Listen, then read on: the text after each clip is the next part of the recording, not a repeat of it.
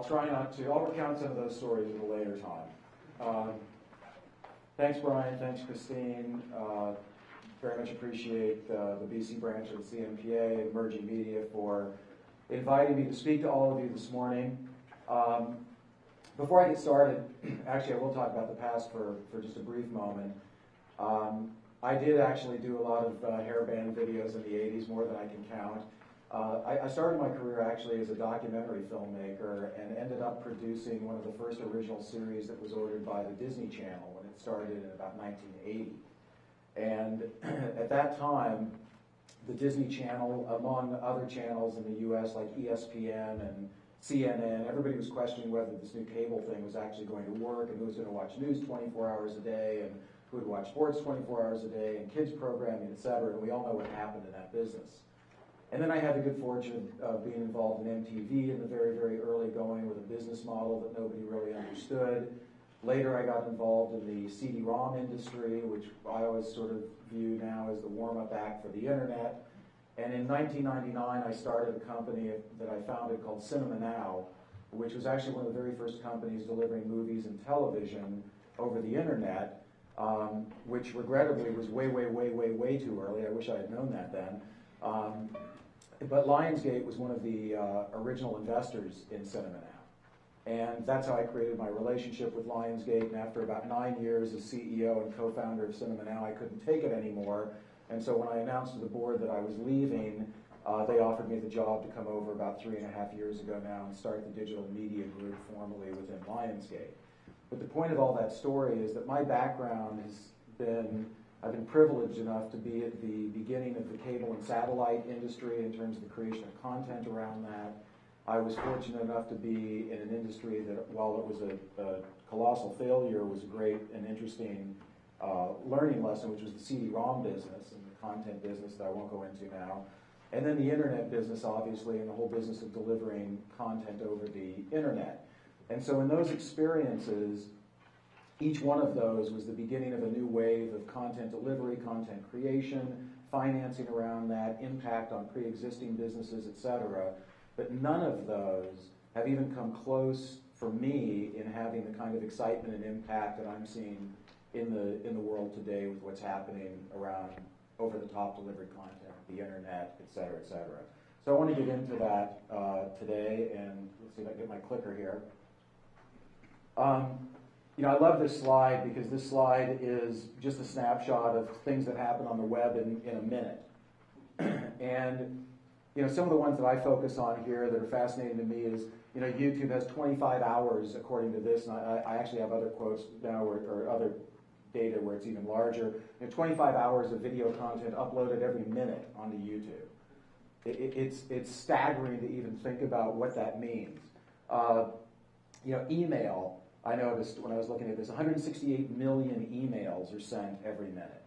I mean, these types of numbers and the scale and scope of these things that are happening, and obviously it gets into Twitter and Urban Dictionary uploads and blog posts and, you know, 13,000 iPhone applications downloaded every minute. It's just staggering the size, scale, and scope of what's happening in this industry right now. And I think if there's any message that you take away from what I'll be addressing this morning, it's that the global impact of video content and informational content being able to be sent out and consumed by people is at a scale that's never even been closely experienced before in the world. And it's this type of growth and this type of expansion in what's happening right now around media that I think is the basis of so much of what I experience as excitement when I show up to work every day. So what's happening, you know, in the industry and what's taking place in Hollywood among the studios? I think, you know, obviously change is always met with skepticism in Hollywood. It's interesting because you think of Hollywood as a creative community, and it is. However, the reality of it is Hollywood has never really liked changes to business models. And this goes all the way back to the introduction of television. It goes back to the introduction of the VCR when Jack Valenti, the head of the MPAA at that time, said it was going to be the death of the film business. And what turned out to happen was that it was the life of the film business. And so when you've got things like free content on the web and everything's free and piracy and all these things that are happening, that tend to be met in Hollywood with a lot of skepticism and a lot of fear. If you look at this survey, which was done by Accenture, you'll see that I think it's 48%, nearly 50% of the people saw what's happening in the world today to be offering more opportunities than challenges. And some are about the same, et cetera, but it's definitely less than 25% that are seeing that there's more challenges than opportunities. I think if you had asked this question even as little as 2 or 3 years ago in Hollywood, you would have gotten a considerably less number of people that would have viewed it this way. And I think what's happening is there is a shift that's taking place now where all of the studios, and I'll get in shortly here a little bit more about what Lionsgate is doing, are finding that there's a tremendous amount of potential in being able to get to audiences. One second, I'm going to click my clock, which I forgot to do here to time myself. A lot more opportunity that's available through all of these different ways that consumers can be reached. What does all this mean in terms of some of the trends that we're seeing and some of the things that are happening in the business? When you look at OTT, which stands for over the top, for those who don't know, and what over the top, what I'm referring to, if you're not familiar with that expression, means not connected through a primary cable system, or basically means over the internet, is really what it's referring to. And it refers to an open architecture of delivery of content. When you look at this, in 2011, it's about a $2 billion industry. By 2016, it's growing to $16 billion. That kind of growth is staggering, and again, the impact that has on programming opportunities, on where people are going to start to spend advertising dollars, et cetera, becomes profound when you see that kind of shift taking place. On the slide at the top far right there, you see what's happening in some of the media dollars that are being spent, going to roughly in the $60-ish million range. This year, high 60s, going up to almost $100 billion, $60 billion, up to $100 billion being spent by as soon as 2014. The other thing that's interesting about this stat is that it does not include mobile advertising. This is just for the internet. And mobile advertising, if you were to ask me, would be one of the places where you may see greater growth than what you're seeing in web-based advertising today. So there's a lot of dollars that are flowing into the space. At the bottom, you see something which is referring to a concept called ultraviolet. Ultraviolet has been in the works for about 3 years, and what ultraviolet is all about is trying to create a digital locker concept for storing all of your media in the cloud. And again, I think most of you here are probably familiar with cloud-based concepts, meaning basically the same way that your Yahoo Mail or Google Mail is in the cloud, so to speak, meaning it's at a remote server that you access it from. The same thing would be possible with video content. This has just been launched recently. There's some controversy around it, but the idea of whether ultraviolet becomes the ultimate solution or not is, I won't say it's immaterial, but it's not. What's important about this is we're certainly shifting into a world where access to your content anywhere on any device is clearly where the world is moving right now, and there's plenty of data to support this.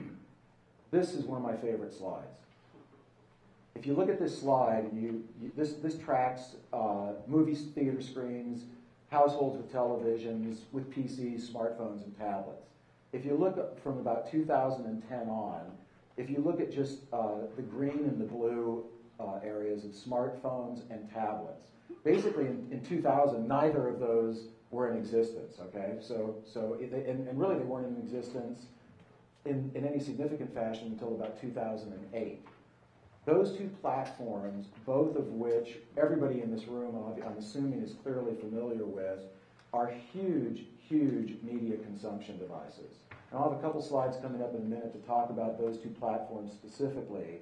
But the growth of the number of screens, the sheer growth of screens and availability of these pad-based and smartphone-based devices to receive video and informational content, whether it's based on entertainment, whether it's based on data and information that you want to get, the video capabilities that exist in these platforms is true today, and the growth of those numbers of screens is astronomical. This is just for the US market. I don't have data for outside the US. On a global basis, and this goes into third world countries and all around the globe, this exact same data, this exact same growth curve is happening. And as this occurs, the demand that people will have to consume video content and the availability of it will change in a logarithmic fashion that again has not been seen before. And for all the people in this room that are creating content, this is where I see the real opportunity. What's interesting here for me on this slide is where you see it says yes there. Basically it's saying 72% of people, 72 plus, 72 to 80% of people under the age of 34 have watched television shows online. Okay? This is a fairly recent survey, but what I said is it's TV's what you're watching, it's not how you're watching it. Television is being shifted to no longer being watched on television screens. Does that mean the television screen is obsolete? Of course not. But the fact is that my teenage kids, and I use them as an example all the time, I have two 17-year-old boy-girl twins and a 19-year-old daughter. They absolutely use their laptop or their pad or their smartphone to watch video more than they do the television screen. And when I go into one of their bedrooms, they're on Facebook, they're on YouTube, they're tweeting, and it's their smartphone and their laptop. Those are the two devices they live for. And when they do sit in front of the television, it is exclusively with their laptop and their telephone in their possession. And so the concept of three-screen viewing and viewing wherever they are at any time, for them is second nature. This isn't a learned behavior, this is just what it is. I also happen to have some children that are younger as well. I have lots of kids. And lots of ex-wives. The younger kids that I have, this is not even, it's beyond second nature. This is what their expectation is.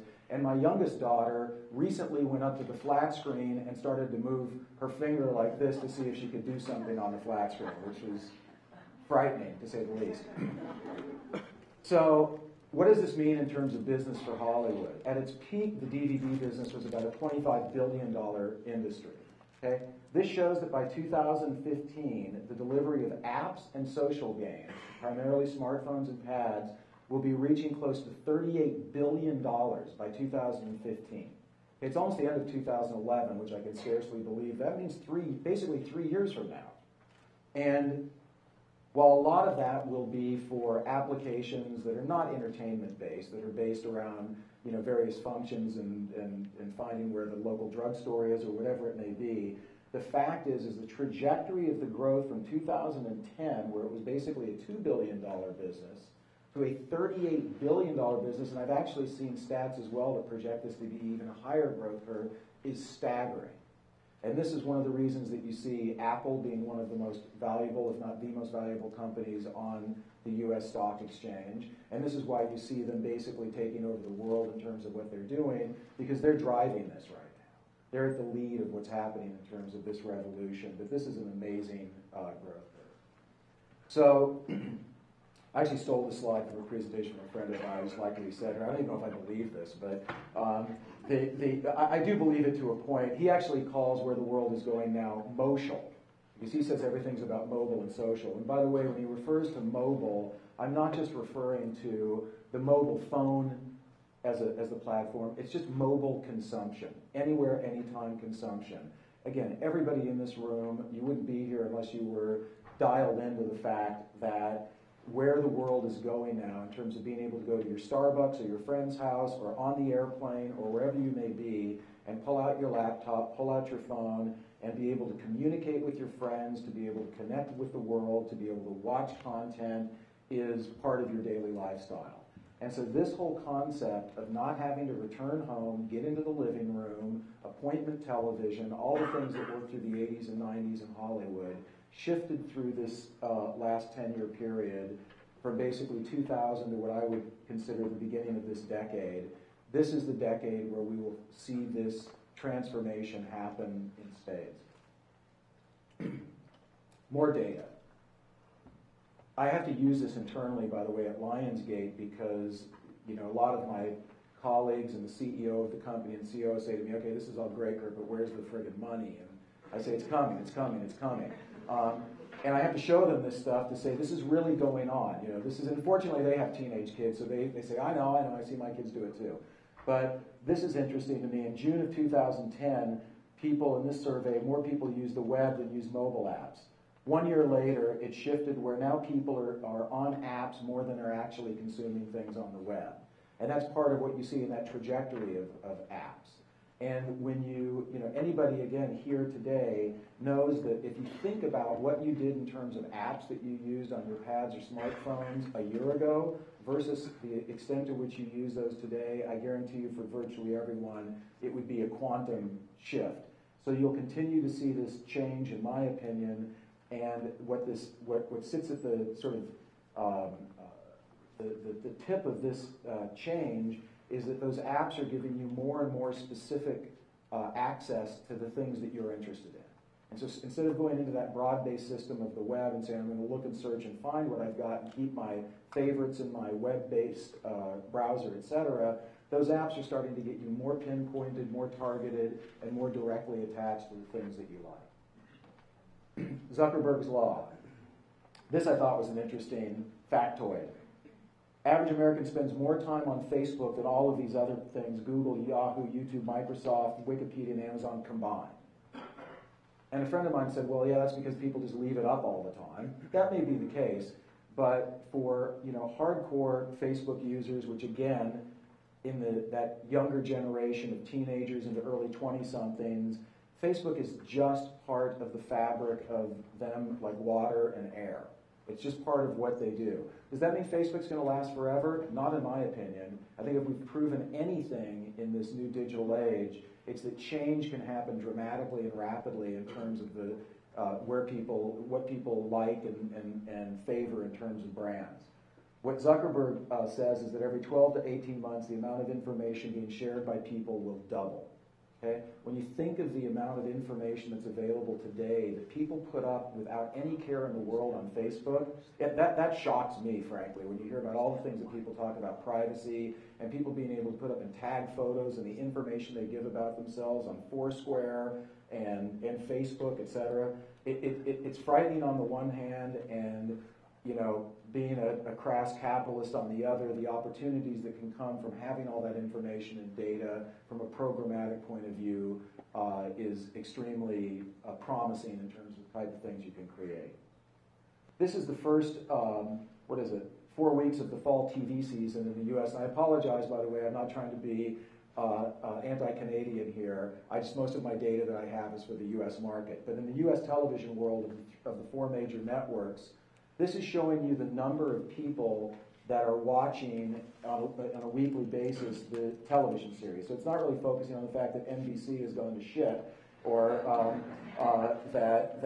looking at that. What I'm really focused on is saying you've got a television series on broadcast television. So these are the most heavily viewed programs in the U.S. marketplace, and they're averaging about 3.5 to 4 million people a week that are watching them.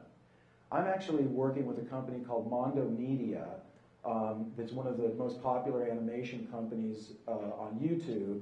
They have a series they launched recently called Dick Figures, which is, I must be too old now because I don't really get it, but people who are younger than me do get it because they're getting 10 to 12 million views per month of these little short episodes of Dick Figures. There's no marketing behind this. There's no campaign. There aren't billboards all over. There's nothing that they're doing to advertise it. This is organic word-of-mouth growth and viewership of a show on YouTube.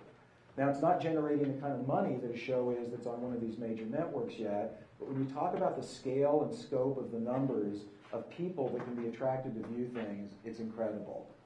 This is, I'm sure most of you have heard of Zynga and social games. Cityville reached 100 million people to load to play that game in 30 days. And someone said to me, well, yeah, that's because it's free. And I said, well, yeah, television on network television is free too. You don't pay to watch that. I mean, yes, you may pay for your cable connection, but you pay for your internet connection to be able to play these social games. So when you get into brands that have the reach, impact, and ability to reach these kinds of numbers of people again, the opportunity and the ability ultimately to be able to monetize and make things happen is tremendous. How is this going to start to transform? You know, a little over 10 years ago, I guess it is now, PayPal started, etc. When I started Cinema Now in 99, 2000, 2001, everybody said the internet's not going to work because people won't pay for anything on the internet. And you know, that seemed ridiculous to me then, it seems ridiculous to me now. But what is happening is that the commerce capabilities of what people can do is shifting very dramatically. Facebook, a lot of you are aware, in July of this year made Facebook credits mandatory, which means that transact and purchase things on Facebook, you have to use your credit card and pull that out, or your debit card, and buy Facebook credits to buy virtual goods on social games or whatever it may be. And Facebook takes a 30% fee from you for selling what your goods are. Facebook has 700 million people on it. It has 700 million people, and it's now created its own currency. Okay? The impact of that means that their currency is going to be more important than those of many developed countries in terms of the population and the size of the amount of transactions that will begin to happen over time on Facebook. Google, of course, is creating their own currency as well, and Google has got the prepaid card, etc., on mobile phones, and as many of you may already be aware, the transition that's happening around m-commerce or mobile commerce will allow you to take your mobile phone, swipe it, buy anything, and pay for it with your mobile phone. Credit cards, probably 10 years from now, will be used much less than they are today, because you'll just use your mobile phone, you'll hand it up, and boom, it'll take it off of your debit card or whatever. So these things are happening, and they're making the transactional capability in all of this anywhere, anytime content much simpler, which is driving a lot of revenue. What's one of the other, sort of factoids that I find fascinating? It's how do you drive business in this new emerging marketplace? Well, what's happened is people, and again, younger generation in particular, has become much more skeptical of traditional advertising and traditional, push advertising to get you to go buy things. And what's happened in the phenomenon of all of this is it's what do your friends think, and what does your primary group of constituents that you rely on for information think about what's happening. For those of us who are in the movie business, we know the best thing that's ever happened for a movie that people like is the internet and Twitter, and the worst thing that's ever happened for the movie business for movies that suck is the internet and Twitter, because word of mouth travels very, very fast now. And when you've got a movie that opens on a Thursday or Friday night, the word coming out of the movie theaters on your movie or up on Yahoo Movies or wherever can either considerably help that picture or considerably damage that picture. The two most recent examples of this playing out on the web for me were The Gap, where The Gap spent God knows how much money changing their logo. And they put the new logo up onto the internet to show off and talk about how wonderful their new logo was. And the backlash of people on the web and through Twitter against that new logo was so severe that whoever, I don't know how many millions of dollars they probably spent doing the stupid logo change, they went back to their old logo. They threw it out. The second one, which is equally spectacular in terms of the backlash on the web, was Netflix's recent change to splitting their company into a company called Quickster and to taking that business that had been so consumer friendly up to that point and was flawless in its execution, and having a web-based and tweet-based backlash happen that was so severe that the value of the company has dropped precipitously and continues to, and they were forced to retreat, go back, end that part of their business, and they put Netflix back into one box again. So the power of this kind of thing, of recommendation and user feedback, is really incredible today. So, what does all this mean? For me, it means that, and I call it brand to consumer, it's that the ability, because no one knows in our business, in the film business, no one knows typically who made a movie. It used to be in the old days, people knew an animated film was made by Disney and that was about it, but nobody knows whether Transformers, maybe some of you in this room do, but your average consumer doesn't know whether Transformers came from Fox or Warner Brothers or whoever. They don't know if Saw came from Lionsgate or whoever, Universal. What they do know is the title is the brand. And we're seeing this more and more in terms of what's happening in the music business around, the band has been the brand, not the record label. The movie is the brand, and now products and services that come out of the brand. And so what I look at is between YouTube and Facebook today and the properties that I manage in those areas, we touch about 70 million people on a monthly basis. That's a huge audience, and our growth on Facebook in terms of our titles is somewhere, it depends on the month, about 3 million to 5 million new people on Lionsgate-controlled Facebook pages every month. We have to be able to go out, and that means that that's a Facebook page that they've liked around the movie Saw or the movie Dirty Dancing or the movie Rambo or whatever it may be. It's super important for us as a company to be able to say, these people are telling us what they like, we're able to get data and find out what information they're following. This is a huge audience that exists. Our Dirty Dancing page, as an example, has over 11 million people that have liked our Dirty Dancing page. And so we've got to go into those audiences and say we have to create new content. We know the demographics, we know what they like, and we have to start to create more targeted content to be able to go in and deliver them what they want, because it's clear on these platforms that there's a thirst for more content. Zynga model is one that's fascinating to me, because Zynga, with its social games, again, most people, Zynga isn't really a brand outside of the people of us that are doing social games and looking at it as a company that we're familiar with. The brands for Zynga are Farmville or Cityville, Adventure World. Those are the brands. It's the titles, and they do an incredible job of going in and focusing on those audience and finding ways to take that brand and monetize around it. So again, what does Lionsgate do? We have to create new content that targets these areas. I recently launched a Dirty Dancing social game about a month ago.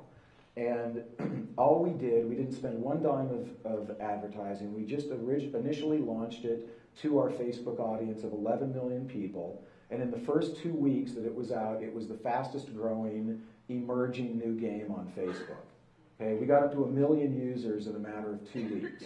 It was produced, by the way, by a Canadian company called Social Game Universe out of Toronto. And the concept of being able to launch something like that without any marketing, without anything that goes into that target audience and get to 1 million users is something that heretofore has not been possible.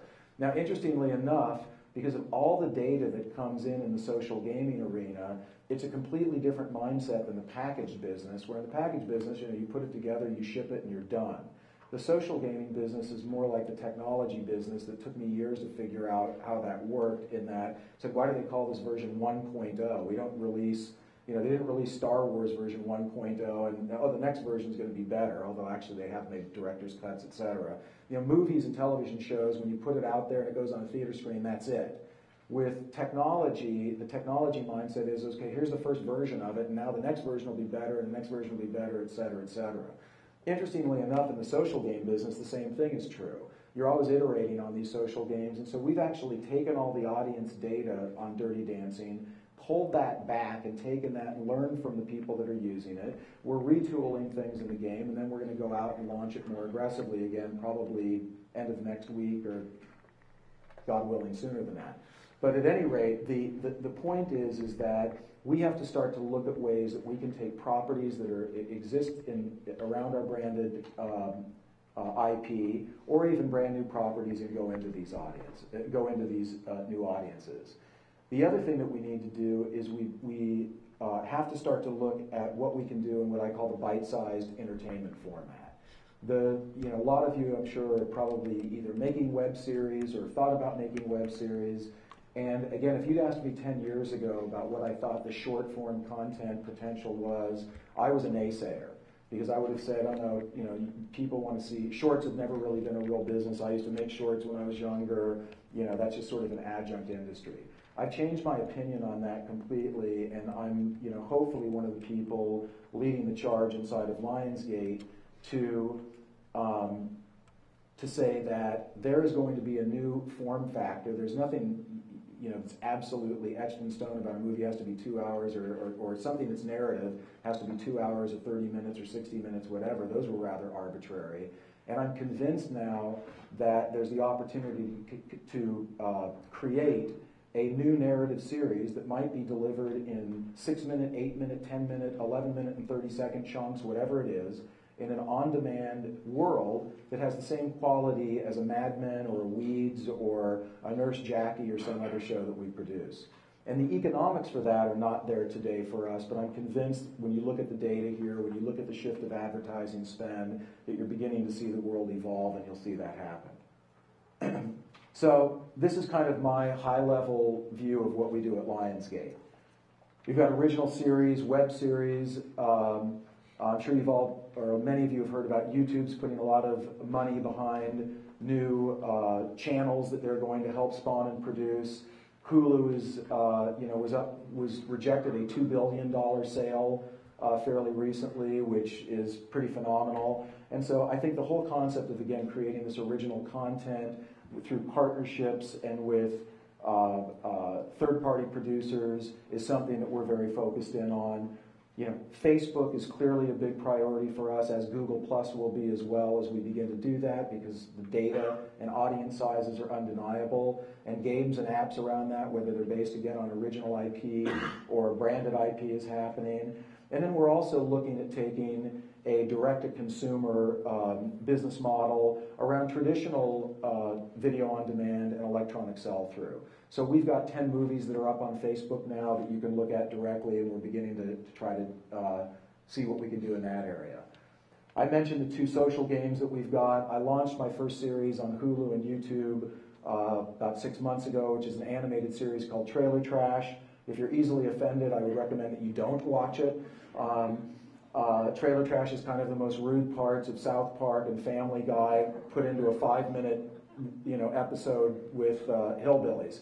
So anyway, that's up now. I've got a number of other original series that, unfortunately, because we're a public company, I was saying to one of my colleagues here, Brian, that I can't talk about these things today, but suffice it to say there's a lot of things in the pipeline at Lionsgate that are either in process right now or under development that we're trying to get into this area of saying we want to be a leader in showing what can happen and the potential, not just of these of our traditional movies and television shows being delivered to these new platforms, of pads, mobile, etc., because we absolutely will play in that game as well, and we believe in that, but creating new content that's specifically designed to be delivered to these platforms is an opportunity that I see as a bigger opportunity than what happened back in the cable and satellite years in the late 70s, early 80s around creating new content for these new channels. I mentioned, we talked about Friends and the wisdom of crowds and who you want to listen to. We distribute Miramax on a worldwide basis in the entertainment, in the home entertainment business. And so we've got, I thought I want to wake you up this morning with this image from Saw.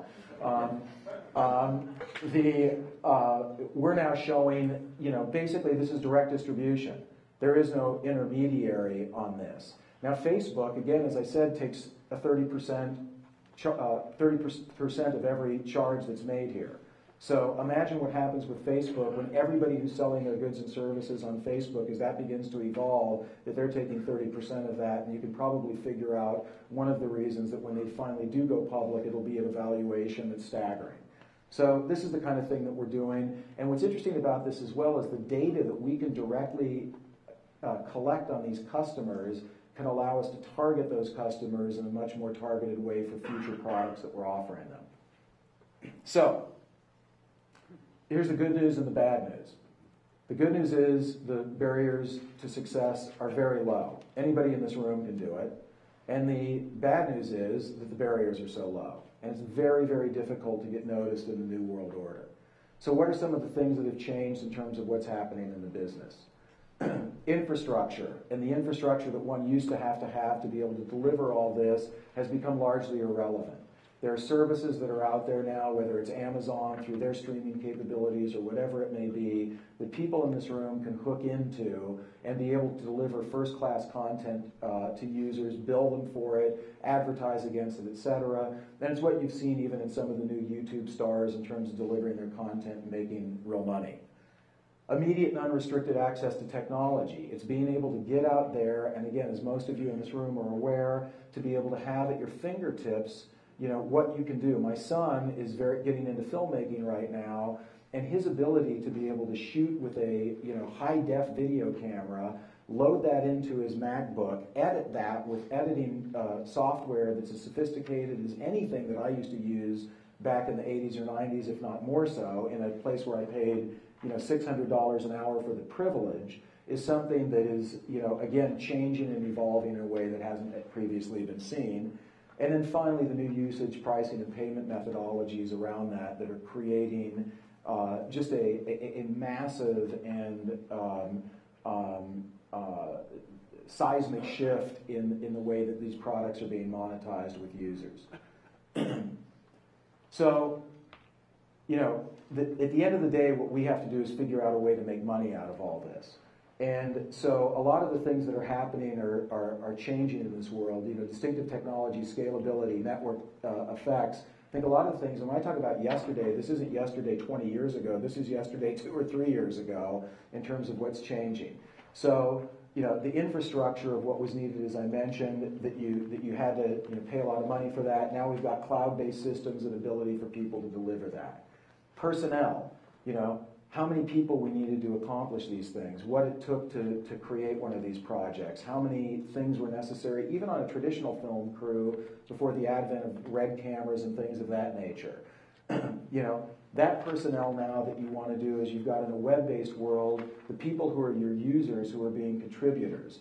Some of the things that have happened with companies like Yelp and TripAdvisor, et cetera, they built these colossal businesses by using the people who are contributing the editorial content as their labor force. And even if you look at YouTube as a business today, while YouTube is shifting into a business that's going to have a much higher degree of professional content, it's still a company that only now is a little over 6 years old that built this massive business around the ability to have their customers and users upload the content that they were watching. And then the marketing side, what did you have to do there to be able to create, how you were getting people to be interested in your content. Now people, for marketing to them, it's all about the organization that they're creating around getting what they want. The thing that we found on our Facebook pages is that if we're on the Dirty Dancing page, and certain executives inside our company might be saying to me, "Oh, you've got 11 million fans. Let's advertise the new Expendables movie there."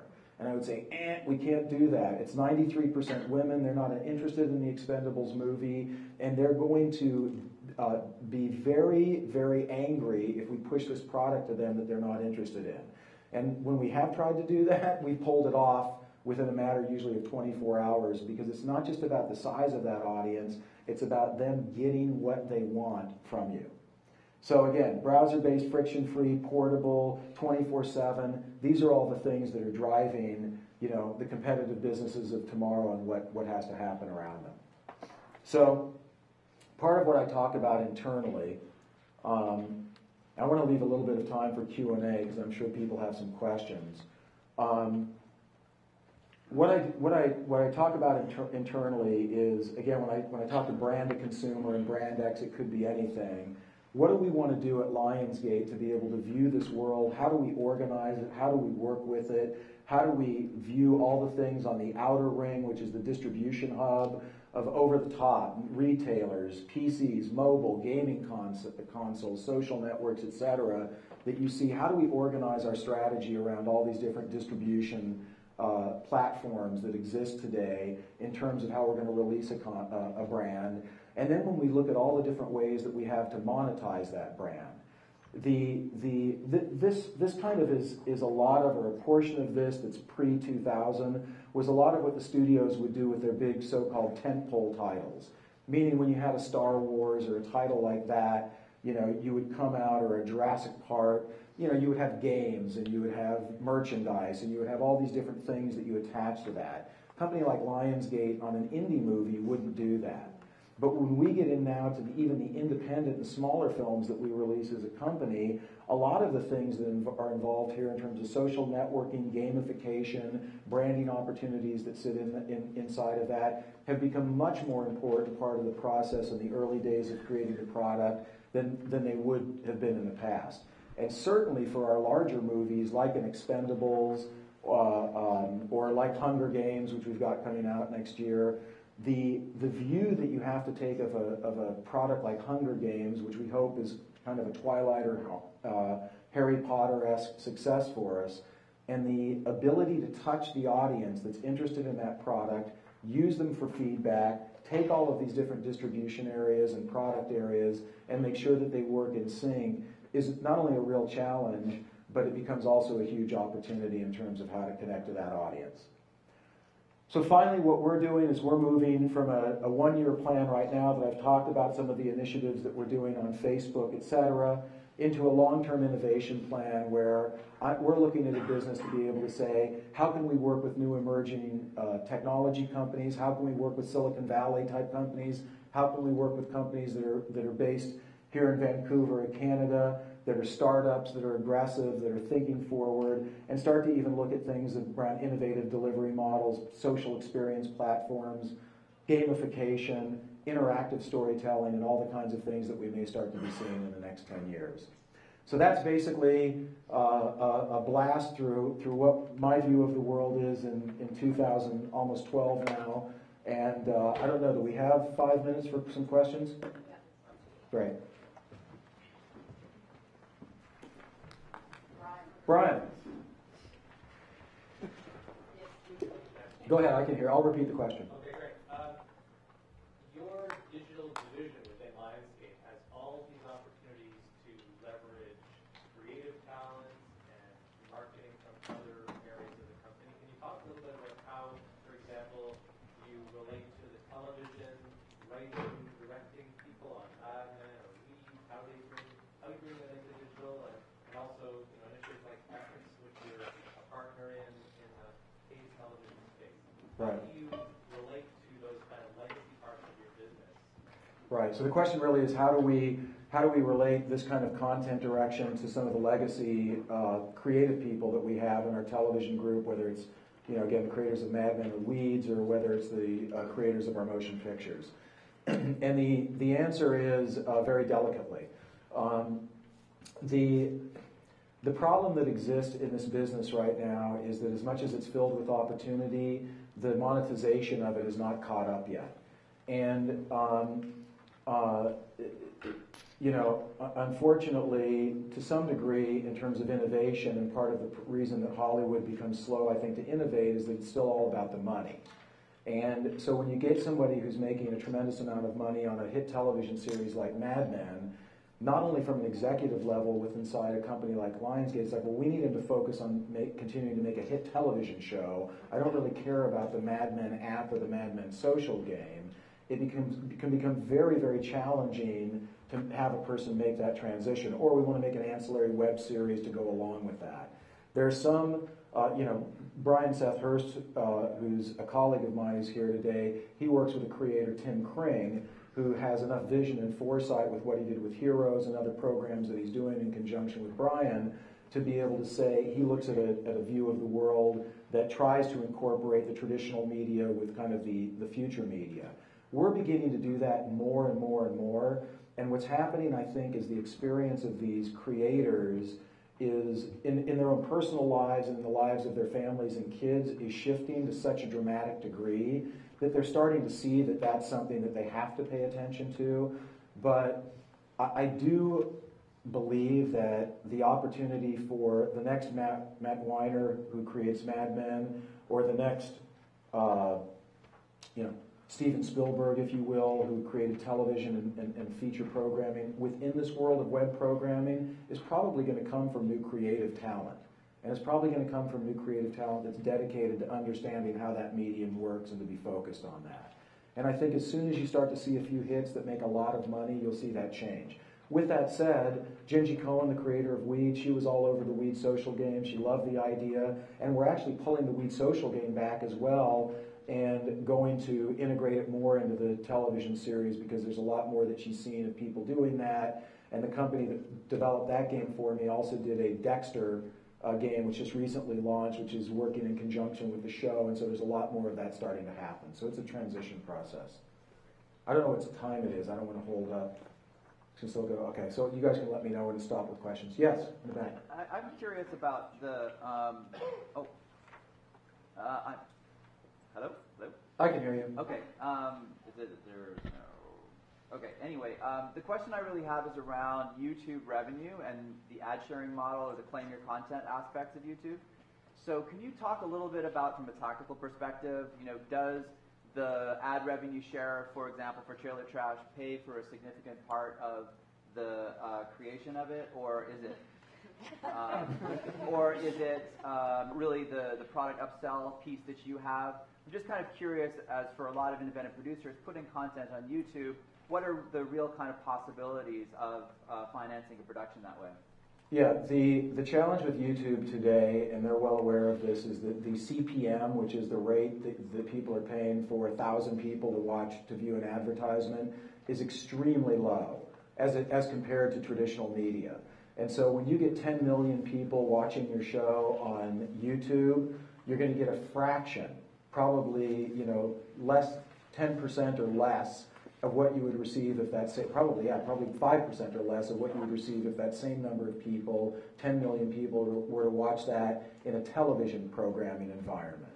And so that's one of the reasons YouTube's involved, and I think someone from YouTube's speaking later today, but one of the reasons they're getting behind this creation of better content to be created that they're underwriting is, I think, to begin to bring higher level advertisers in. Hulu sits at a very high CPM that actually mirrors very much and keeps pace with what's happened in the television world, which is, I think, why they've gotten such a high valuation with a much lower viewership, albeit still a good one, but much lower than YouTube in comparison. So I think the reality around YouTube in the short term is that you'll still have to produce programming at far lower cost than traditional media in order for that advertising dollar to be able to support that programming on a sole basis. Because again, with Trailer Trash, I'm distributing on Hulu, on YouTube. I'll probably bundle it together, try to sell it as a half hour to television, possibly put it up on an iTunes or an Xbox, and combining all of these different ways of doing things is ultimately what's necessary to make it financially viable. I hope someday in the future we'll have hit programming that will be produced at a high level that will make back its money just off YouTube distribution. Yes, in the middle. This is a question I've been asking for a couple of years. I've worked on the broadcast side, the advertising side, and a lot of cross-platform projects that have had TV viewership and bigger online viewership. And I've always asked the question, why are the CPMs, it's eyeballs are eyeballs, browns want eyeballs. Why is it worth one thing on TV and another thing on the internet? Why is it so much lower on the internet? And I understand there's a quality thing, but there's a ton of garbage on TV. They're still paying the same CPM, right? Yeah. No, look, I share your frustration completely, and one of the great mysteries of mankind for me right now is how advertising agencies have not woken up to the fact that nobody watches ads on television anymore. It's insanity. But it just hasn't happened yet, and I think there are some reasons. And I think, honestly, it's inertia. It's sad, but true. It's inertia around people and their understanding their jobs and what they do and job security. And when your job is all about selling big advertising, that's kind of what you know, to your brand through the agency for television buying, and that's your job. Your job is to buy television spots. You're going to do everything humanly possible to stop the guy who's in that little internet thing who just graduated from college, who's trying to convince everybody that that's a better place to spend their money. And so you've got that infighting insides of large organizations with a lot of money on the line, with a lot of people's jobs on the line, and so it's very difficult to make those shifts. With that said, again, I've been patiently waiting for this for 10 years. I think I'll hopefully still be alive when that actually shifts and moves over. But I think you're going to see that shift over the course of this decade and sooner than later. I think you'll see the next, in 2 or 3 years, a big change in that regard. Got time for one more question over here. Quick question. You mentioned earlier in your talk that something like Facebook has more viewers and growing than all of YouTube and all the other channels combined, including Microsoft. Yeah. went on about Yahoo and all that. Notice you mentioned Twitter, and I noticed that you also talked about the fact that Facebook, people leave it on and they walk away, so you have no idea really measuring that. How does Lionsgate work together? I mean, how do you find Twitter within your company? Is that growing? Is that a community? Yeah, it's a great question, and actually Twitter has been, I think, underutilized by us to date. The theatrical marketing group does some stuff with it, but it's interesting for all the phenomenon of Twitter. I think it's still quite underutilized and misunderstood by most of the studios, including our own, and including me, frankly. And that's one of, if you saw one of my internal slides, you would see that in 2012, that's actually a big priority for my group to do more in the Twitterverse and start to really try to understand it better. Anyway, that's it for me. Thanks very much, everyone.